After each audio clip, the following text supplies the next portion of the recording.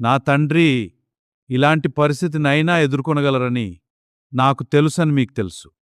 నా చిన్న అబ్బాయి పాల్ ఇప్పుడు అతను చిన్నవాడు కాదు. అతనికి 2 పిల్లలు, మరొకరికి 3. సరే ఏదేమైనా అతను నేను మరి పిల్లలు లూయిస్ ఆరిజోనా నుండి తిరిగి వస్తున్నాము. భోజనం చేయుటకు ఇండియానాలో ఒక చిన్న హోటల్లోనికి వెళ్ళాము. అది చౌకైన పాత హోటల్. అల్పాహారం చేయుటకు 2 బల్లలు కూడా లేవు. అక్కడ పాత ఎత్తుపీటలు ఉన్నాయి. మేము అక్కడ నాన్నగారితో కలిసి కూర్చున్నాము. నేను లూయిస్ మరి బాలు కూర్చున్నప్పుడు అక్కడ 2 వ్యక్తులు లోపలికి వచ్చారు. చెరుకు హద్దగోలు భారీచ్చాను. అలాంటి చిన్న హోటల్లో అది ఎలా ఉంటుందో మీకు తెలుసు. నా జీవితంలో అంత మురికిగా మాట్లాడే వ్యక్తులు నేనాడు చూడలేదు. వారు మాట్లాడుచున్నారు, చాలా అసహ్యంగా మాట్లాడుచున్నారు. నా అన్నగారు అక్కడ కూర్చుని ఉన్నారు. ఆయన తలకు ఎందుకు పెట్టారు. నేను వారిని పట్టించుకోలేదు. నా సాయశక్తుల వారిని నిర్లక్ష్యం పెట్టి నేను అలా తింటున్నాను.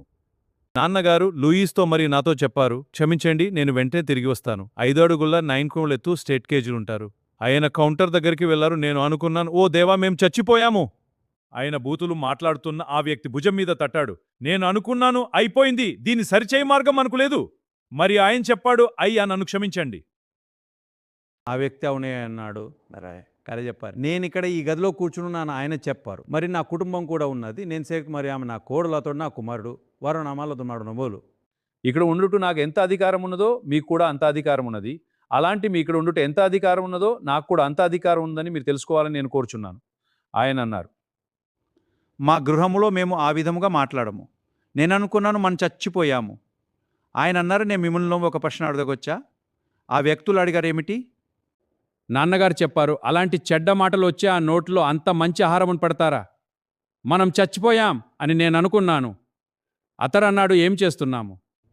నాన్నగారు నేరుగా అతని కల్లోనికి చూసి చెప్పారు, నీవంత మంచి ఆహారం నా నోట్లో పెడతావా? అలాంటి మురికి మాటలు వచ్చే ఆ నోటిలో? నేను అనుకున్నాను, అయిపోయింది. ఆయన అన్నారు, నేను ఇక్కడ ఉన్నంత వరకు మీరు ఒకరితో ఒకరు మాట్లాడే ఆ మాటలు వింటారు, నాకు ఇష్టం లేదు. మరి వెనక్కి వెళ్ళి కూర్చున్నారు. ఆ వ్యక్తి మరొక మాట పలుకలేదు. తన డబ్బులు చెల్లించి అక్కడి నుండి వెళ్ళిపోయాడు.